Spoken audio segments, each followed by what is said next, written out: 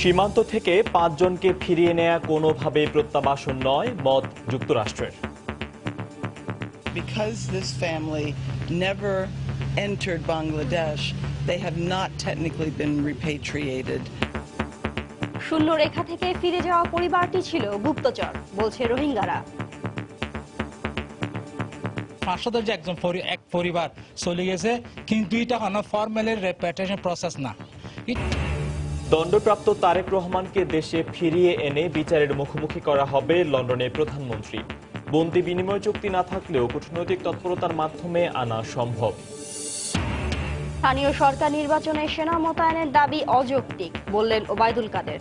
বর্তমান কমিশনের অধীনে সুষ্ঠু নির্বাচন নিয়ে সংশয় বিএনপির।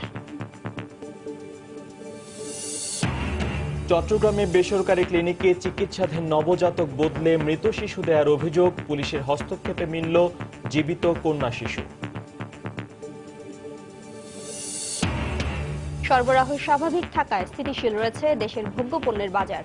রমজানে দাম বাড়ার আশঙ্কা নেই, দাবি ব্যবসায়ীদের।